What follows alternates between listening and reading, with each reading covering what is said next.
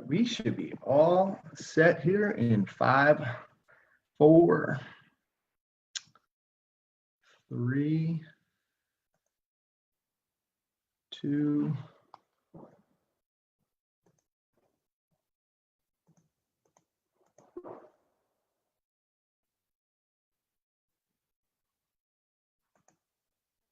What happened? What happened?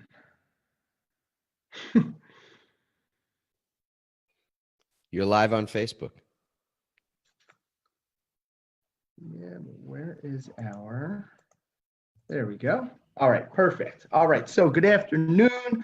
Welcome to the roundtable discussion with my special guest here today, Adam Markel. Adam and I have known each other now for, it's actually going on just about 3 years was the first time we met. And I'd like to give you a proper introduction since, when I met you at the time in my life, it was just, it was almost like a blessing that I ran into at the place that I did, the time that I did, and why I did. And so, before I get into that story, Adam he's a transformational leader, mentor. He's spoken to over 100,000 people throughout the entire world, Asia, Australia, all throughout the United States. Just recently, I think within the last 120 days, you did your TED Talk on TEDx, which was pretty awesome. Had a chance to watch that.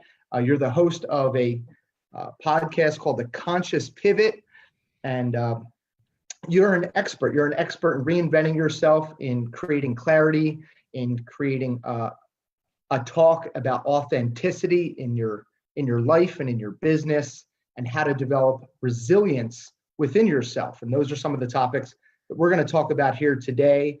And it's really great to have an expert in their field with us here today to pour into our audience, not just on Facebook, but inside that Facebook group that we have. So welcome, Adam. Thank you for having me on the show. This is a great honor for me, Brett. Appreciate it. Awesome. So before we get into it, I'd just like to, first of all, everybody's probably noticing the shirts, and you may be able to say it backwards or frontwards. It says, "I love my life," and I got it from the man himself when I went to visit him and his family out in California, and we spent the weekend in a workshop seminar. And one of the interesting things is most people don't know that about 3 years ago I had lost everything. I lost my business. I had lost my entire organization. Our income had dropped. It was like literally my world had been flipped upside down. My stress levels were out the roof. I could barely move my neck. I'll never forget the summer sitting down the shore, and my family was out on the beach, and I was sitting in the house, and I couldn't move my head from left to right because of the amount of stress that I had. And as I was trying to figure out what I was going to do, around the corner from my house was a business expo. I never attended a business expo, and it got started at 8:00 in the morning. And I walked through those doors at 8:00 in the morning with no real idea or agenda as to what I was going to experience that day. I was just looking to network with people, to be straightforward. I was really just going to see who I could network with and who I could connect with. And there was a sign as soon as you walked into this business expo it said something along the lines of, "Did you ever want to become a public speaker?" And it was for a separate organization that was there promoting their company. And I don't even believe anybody from that company was even there yet. We were literally the first ones in this business expo, and you were standing next to a gentleman who then brought you over to me, and he introduced you to me. We shook hands.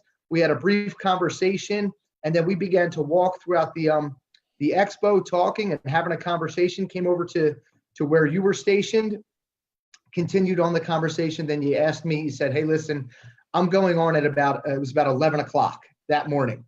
Would you mind, sticking around and hanging out till after I kind of do my talk and, then be on your way?" And so, again, I had no real agenda that day. That's what I did. I stuck around. I actually wound up staying till about 7 o'clock that night, and went and got lunch and came back because there was another session that you were doing at the end. And so you were on a panel. I remember this. You were on a panel of other experts in their specific respective industries. And you were up there. And I remember kind of watching the panel and then spent the day in different sessions and just kind of sitting back like a sponge and absorbing information. And then at the end, had an opportunity to watch you do what you do best, which is connect with people. And you came from a place where I could see that it was coming from your heart, what it was that you were speaking about that day. And that topic was in regards to reinventing yourself and putting yourself in a better position to where you are and getting through the struggles of life and all that great stuff. And at the end, I said, you know what? If there's anybody that I need to follow at this point in my life, it's this gentleman right here. This gentleman. I don't know where it's going to take me or what's going to happen, but it was your disposition, it was your demeanor, and it was your ability to really connect with the people in the audience at that 5:00 session later on that day. And so from that point on, we had an opportunity, and I joined about a 15 or 16 week course over the course of that summertime with a bunch of other professionals from all over the world. These folks came from all over, and then ultimately hired you as my own mentor and coach to help me with the back end stuff of my business. And I'll leave you with this. Since then, my life has not been the same in a very good way. Like everything has just completely changed in our business, in my ability to connect with people, some of my speaking engagements, and that's just the tip of the iceberg. And so thank you. And I appreciate you. Appreciate you being here today. Brett, thank you for bringing me down memory lane. I don't know where a couple of years goes. It goes really quickly, but I also remember our meeting, and that was a fortuitous moment for me as well. And that Small Business Expo, I met a number of people. I was sort of at a few of those Small Business Expos and had some incredible developed relationships there that have lasted to this day. And you're one of those people that I got to work with, fortunately, but also got to become friendly with. And I've seen your growth and the things that you're doing, and financially in every which way, as you say, your life is very different. And I think that's one of the, I don't know that that's the place we want to begin, but certainly I think there are a lot of people that are facing challenges at a certain point and don't exactly know how they're going to see the other side of those challenges. And sometimes they're big ones where they seem like they're really big ones, financial ones or health challenges, things like that. And to not be able to have that clarity, to be able to see so far ahead, creates a life that sometimes feels like you're driven by fear. And I can identify with that as well. I've had those same moments in my life. I started out much the same way with you. I grew up in the city, except my city was New York. So our cities are sort of rival cities, at least from a sports standpoint. And I didn't have a blueprint growing up for financial stability. My parents were financially stable, but we didn't, my dad didn't make a lot of money. My mom didn't make a lot of money. So I didn't really learn about anything financially related, or what they might call financial literacy today. I didn't get any of that kind of education. And so I went to college. I met my college sweetheart, who became my wife and is still my wife after 29 plus years. This summer will be 30 years, and we had 4 kids. And so, we just followed the plan, which was the kind of thing we learned in school: get a good job and go down that path of someday you'll earn enough money to buy a home, then you'll earn enough money to retire, put your kids through college, retire, all that kind of thing. And I was going down that road and just unhappy doing it. So I made a change, pivoted ultimately to go back to school and become a lawyer, because I thought, well, I'll get some professional training and I can at least be my own boss, that kind of thing. And I did. I went back to school 3 years, went to St. John's also in Queens, New York, St. John's Law School, and graduated, passed the bar in New York and New Jersey the first time out, which was a daunting thing. And then I went on that road and traveled that path for 18 years. And probably midway through, I knew that it wasn't really for me, but it was satisfying those needs for security.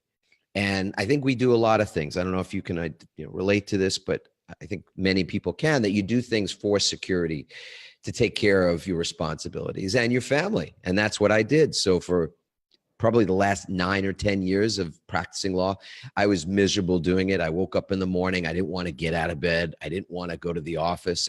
I would start feeling this anxiety and even this sense of dread, this foreboding that the day was going to be just miserable or whatever. I could feel that the moment my feet touched the floor in the morning. And that's an awful way to start the day, to feel that kind of an energy, anxiety and angst, anger, and things like that. And I was a litigation attorney. So that means I tried cases and, people got into disputes, commercial disputes and things like that. I was the guy who got in the ring, kind of like a prize fighter, a warrior for people in that regard. And so there was meaning in the work I did. It wasn't like it was meaningless, but primarily the driving motivation was money. I mean, that was it, because I knew I made a lot of money. I could continue to make a lot of money. And even though I kind of despised what I was doing, I was willing to do it.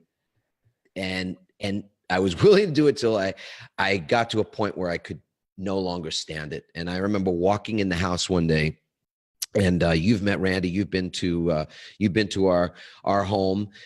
This was not the home that you've been to. This was a home or two before that. And I walked up to my beautiful bride, and I looked her in the eye. I remember it was one of these, we were living in New Jersey at the time. It was cold, it was rainy. I walked in the house, dripping wet. And I looked at her, and I, in an instant, knew as our eyes met that I had done it again. And it was a thing I had done many times before. So it was a familiar feeling for me. I knew I had missed the kids going to bed. I'd come home late, and I was a 70, 80-hour-a-week guy.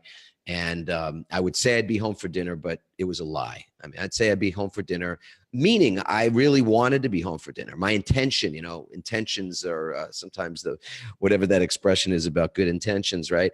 I had good intentions to get home, but I wasn't making it home more often than not. And in this instance, I missed the kids even going to bed again. And I walked straight up to her, dripping wet, and I looked her in the eye. I said to Randy, I go, if I keep doing what I'm doing, you're going to be a widow. If I keep doing this, I'm going to be dead. And she took a deep breath, and I took a deep breath, and she looked at me in the eyes, and she just, I remember thinking to myself, here it comes, like she's going to lay it on me. We got 2 houses, we got cars, we got kids, we got gerbils, we got goldfish, a lot of people, a lot of responsibilities. She just didn't do that. She didn't remind me of it because she knew I knew. And instead she just said, we'll figure it out. And from that moment, I didn't have this enormous pressure on myself to quit the job or to make an instant pivot, something drastic. I didn't need to move to I didn't need to move to the Caribbean or to Fiji. All those things would have been great, but we got a choice, and the choice was for me to not have to have a midlife crisis, which I think when I met you, you were at a point where not so much crisis mode, but you were on thin ice, felt like you were skating on thin ice. And I was in the same place. I was skating on thin ice. And we decided, instead of my having the classic midlife crisis, we could plan a midlife calling instead. And then ultimately wrote a book, because it took 2.5 or just about 2.5 years for me to pivot out of practicing law into a different space, business space, different business model. And I wrote a book called Pivot, The Art and Science of Reinventing Your Career and Life, that tracks that process of creating a new plan, which is where you and I met. When we met at the Business Expo, the book had been out for about a year, thereabouts. And we were doing digital programs, live virtual programs for people who were transitioning in their careers, mid-career people, professionals, and others that were doing, maybe trying to start up a side hustle or figure out what their next move was going to be. And that's where our paths crossed, which, as I said, what a blessing that was. And here we are today. Yeah, and here we are today, and it's an impactful story. And one of the things that I like to concentrate on the short amount of time that we are here together are, I deal with a lot of independent contractors and a lot of entrepreneurs. A lot of entrepreneurs follow what I do on Facebook. I have this Facebook group filled with insurance professionals. Some, this is their side hustle, their plan B, maybe so to speak. For others, it's their full-time gig. This is what they do. This is how they put food on the table. And different levels of expertise in terms of how well they perform their levels of activity. What would be, and I talk about this, and I'm going to talk about this on Friday in Philadelphia. I talk about being authentic with your clients. One of the ways that we've been able to win so big in the insurance space is being able to teach our people how to be authentic and make a connection with somebody in their business or home. It's how we win out. We may not be the fanciest, but we win out based on the connection that we make with another human. And I believe that it's a skill like any muscle, it takes time to build. And you focus a lot on clarity and being clear and developing resilience and being authentic. How do you develop those muscles if you've never practiced how to be more clear about who you are as a person? How do you build that muscle to learn how to, instead of trying to wing it and just trying to get by on my product knowledge? None of that stuff matters. It's about being authentic. So what would you tell people in terms of how to build that muscle? Well, for one thing, I think it's the key to any new change or any change in behavior is awareness. So there's this sort of, in the book, for example, we take a 3-step approach, and most people want to start with a plan. We put that last because the plan isn't the foundation. The plan, the foundation is clarity, and clarity is really about recognizing what are your beliefs, because at the root of everything that we do is a belief that doing that will get us somewhere. And I'll say that again. At the root of everything that we do is a belief. We've got to track back to the belief that produces the decisions that we're making and the actions that we're taking. That's the foundation. Once you've got that, once you have an understanding of that, then you can actually take a look at the behaviors and make some changes. So authenticity is your edge. When you were speaking before, introducing this question, that's what came to me. That for you, in your business now, authenticity has become your edge. And when you and I met, we were talking about, pivoting and the art and science of pivoting, but ultimately our work together became in regard to public speaking. It became how it is that what we call the heart of enrollment, how it is that you enroll people from your heart. And that's oftentimes the speaking is the enrollment process that we're talking about, but it's in your marketing, it's in your emails, it's in every form of communication. So all this sits under the umbrella of communication. If you want to have better results in the business side of things, any business side, you're going to have to be able to communicate more effectively with the people who are your avatar, the target market for you, the clients that are your best clients. You've got to learn to communicate better with them. If you want to get better results in your relationships with your family, with your friends, with your spouse, with your loved ones, with anybody, it's all going to turn on how well do you communicate with them. And with prospects, in the art and the science of selling, you've got to become better at communicating with them. And so when you use the word authenticity, for me, I think that word has gotten used a lot. I don't know that it's watered down. I don't want to make that judgment about it. I just don't personally prefer the word. I prefer the word transparency. So if you want to me, understand what the edge that I feel that I have when I'm speaking with people, when I'm communicating about my business, or I'm communicating as a paid speaker, because often that's my role, is being hired to come in and speak to companies about how it is that they can increase their performance, how it is that they can create a more resilient leadership culture or resilient cultures for the business, all that kind of thing. For me, transparency is my edge. You might say authenticity, but this idea that people, they can connect with you almost instantly because what they feel is that you're being real. Now, that's a feeling. That's not something you can, there's no recreating that for someone else. They have to have that visceral experience themselves, and they get it instantly inside, whether or not they feel a connection with you or not. But it is something that you as a communicator can practice, because we're not trained to be authentic. We're not trained to be transparent. We're trained from the time we're kids that to be too transparent means you are too vulnerable. Vulnerable, yeah. That's right. If you're too honest, you're going to be taken advantage of. And this is just, it's, it takes a bit of retraining. And in fact, one of the chapters in the book is about unbelieving.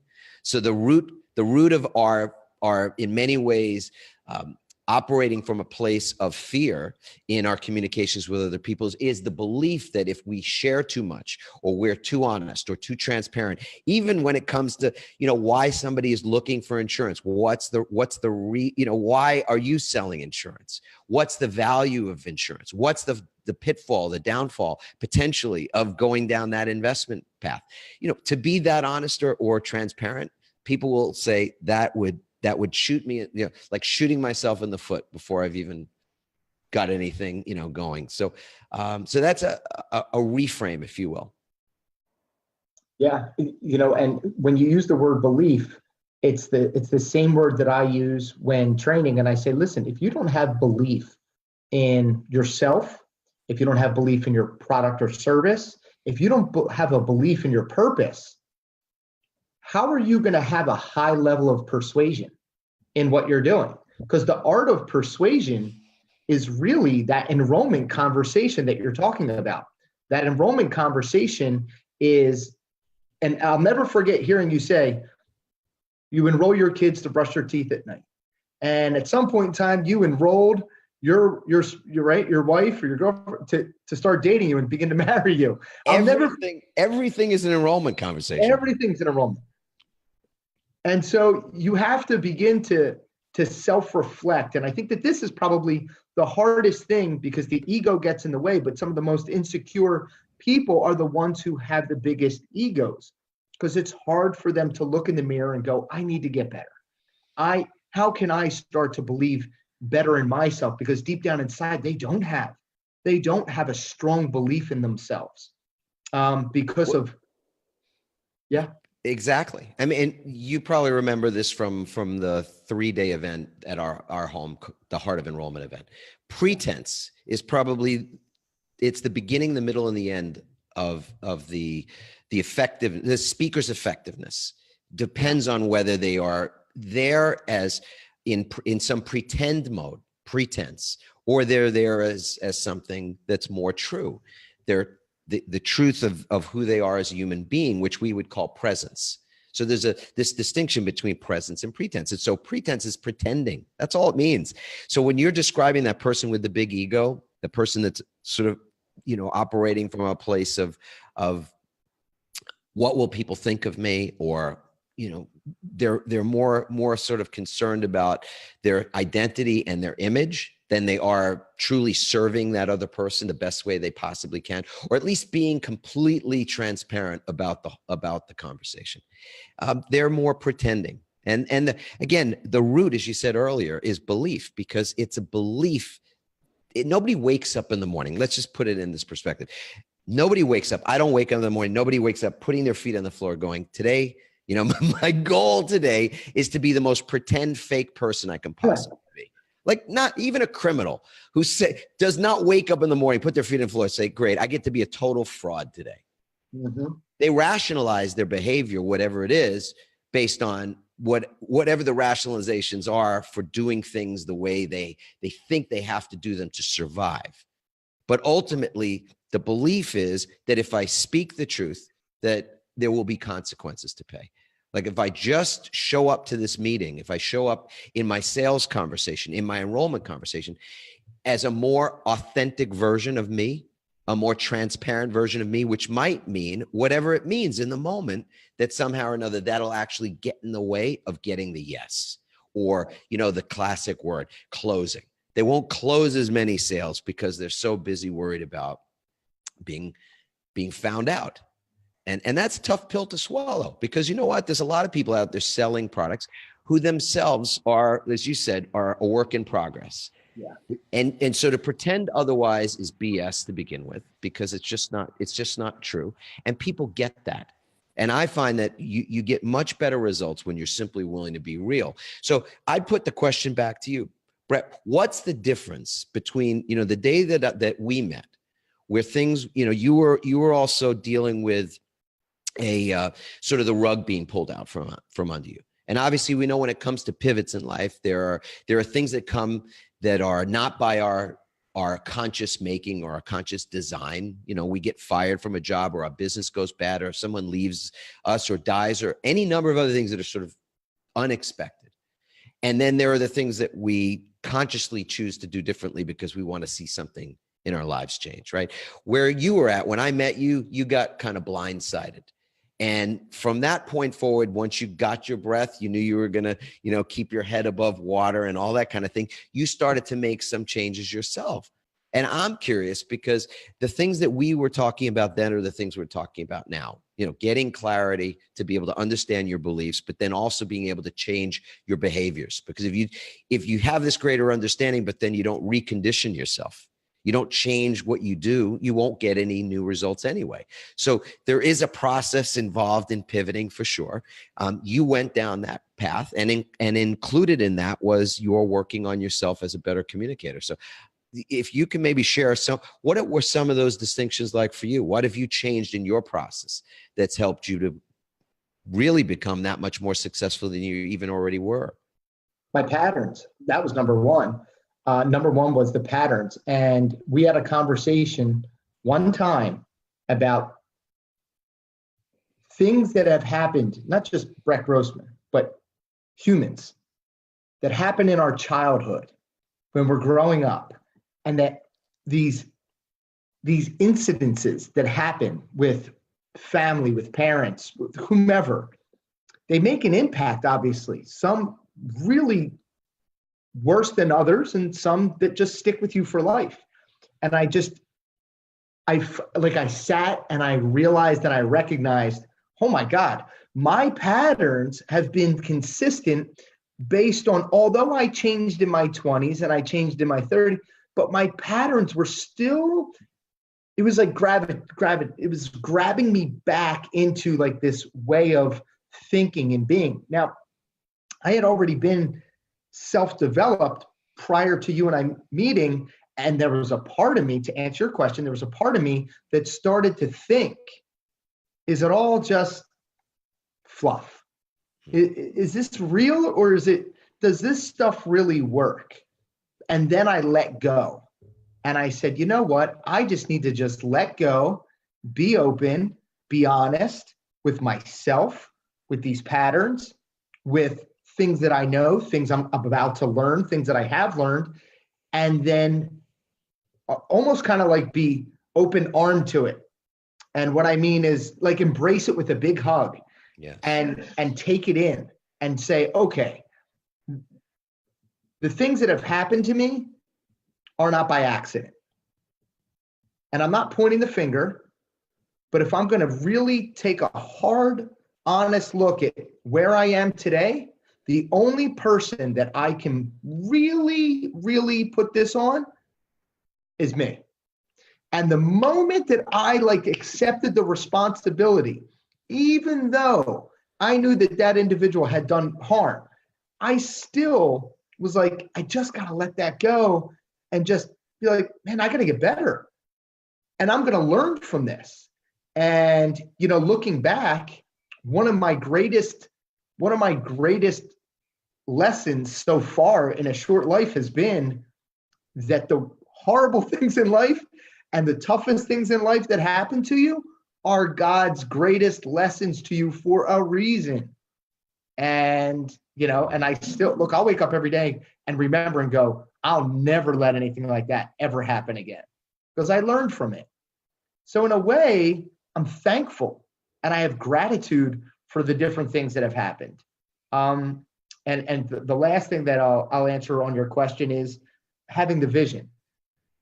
I always knew about vision. I had been taught vision 10 years ago, but it wasn't until probably like the last year and some of the books that I've read and just some of the things that I've been studying for myself that I really started to be thankful and grateful. And I use those thankful and grateful, not loosely, really seriously grateful for the things that I have in my life that I have yet to acquire, both monetary, abundant wise, relationship wise, business wise, friendship wise. I'm like, I literally, there's days when I'm meditating and I'm like, man, I'm just so thankful for all these great things in my life that I don't yet have. Exactly. Because I know it's going to come.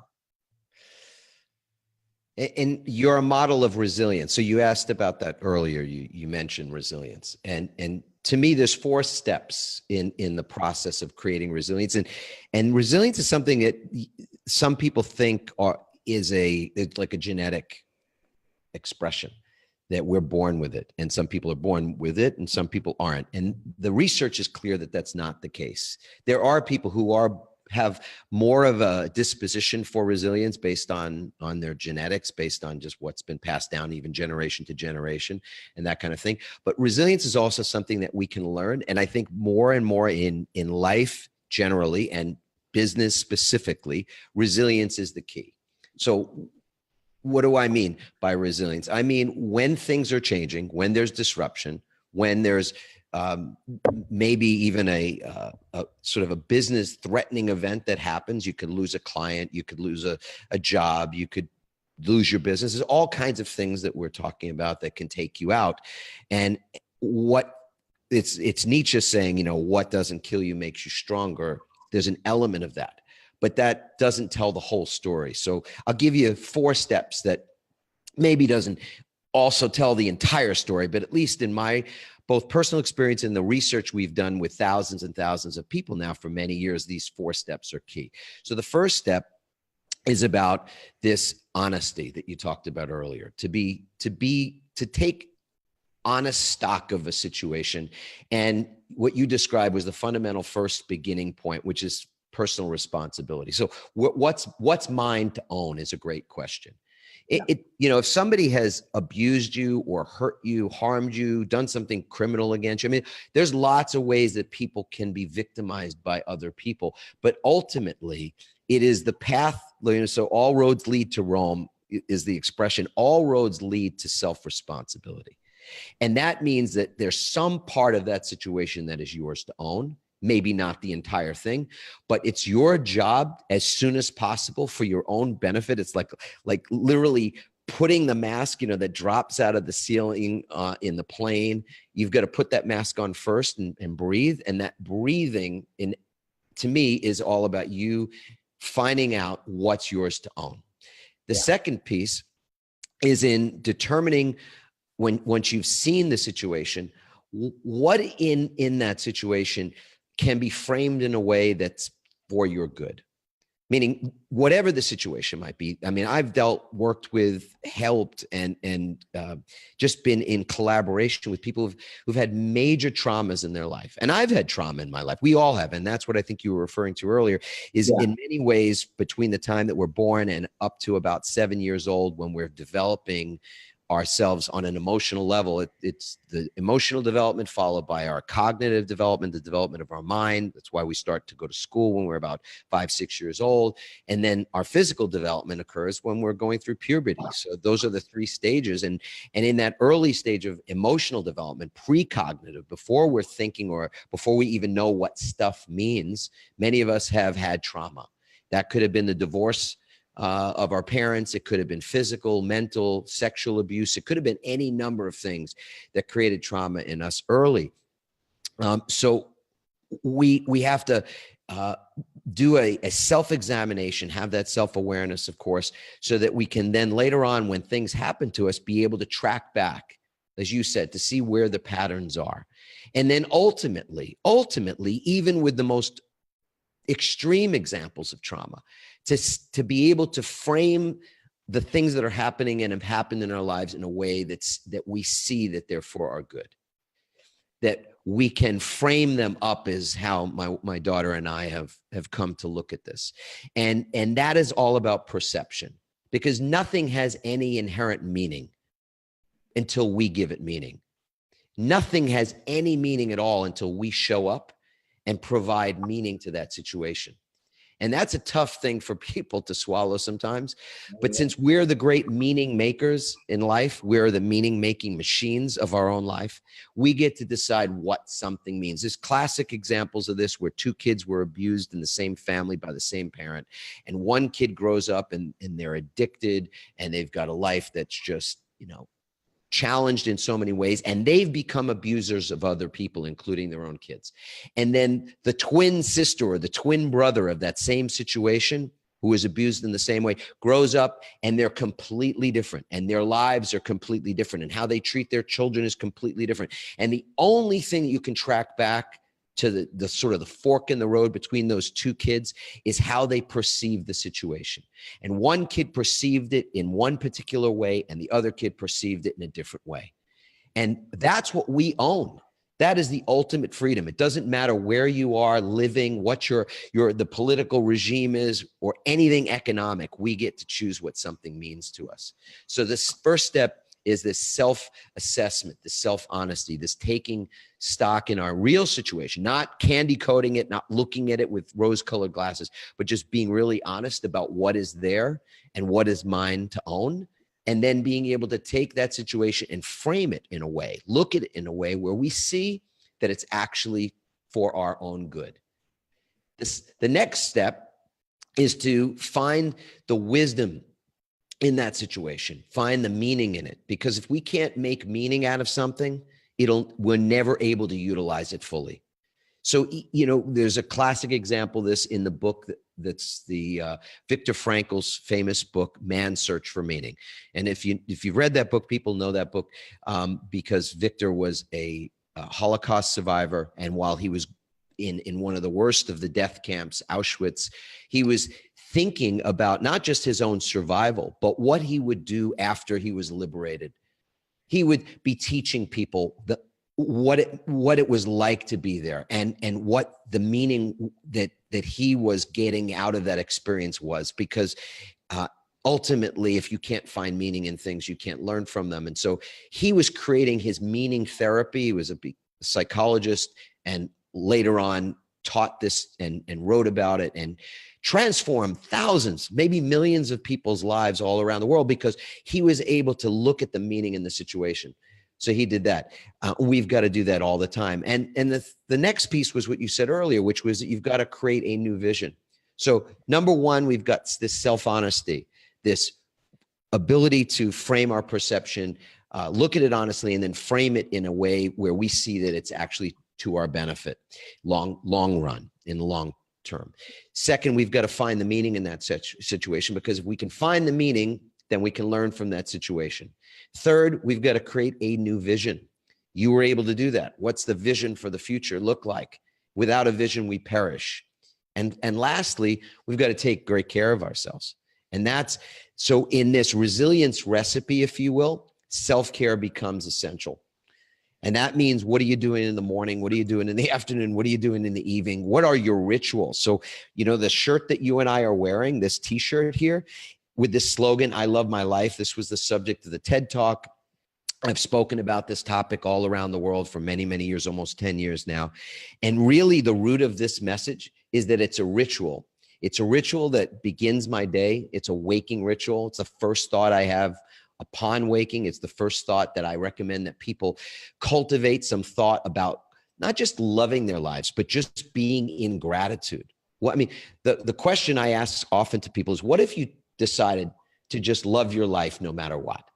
Despite the fact that maybe there are things that you don't love at the moment. Maybe there are things in your job. Maybe there are things in your finances. Maybe there are things in your relationships or your health.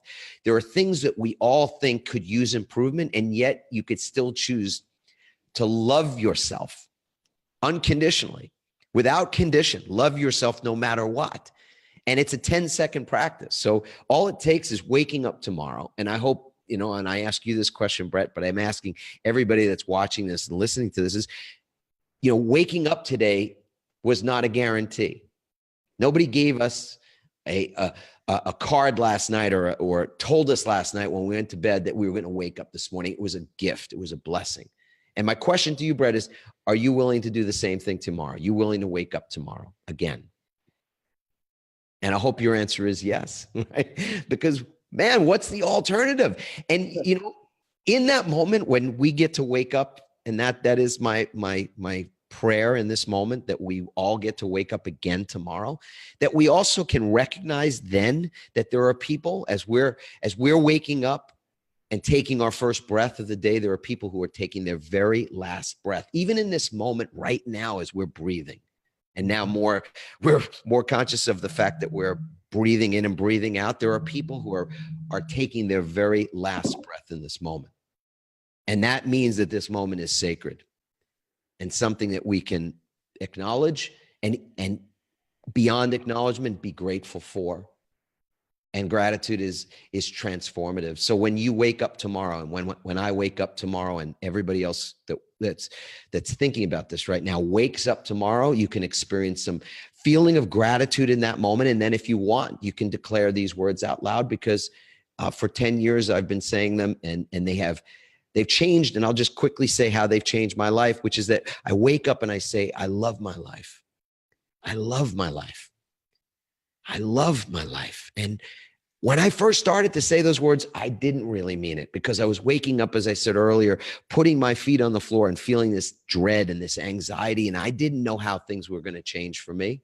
I just knew I wanted to feel better about my life.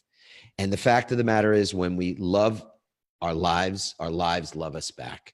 Anything that we give love to returns love to us.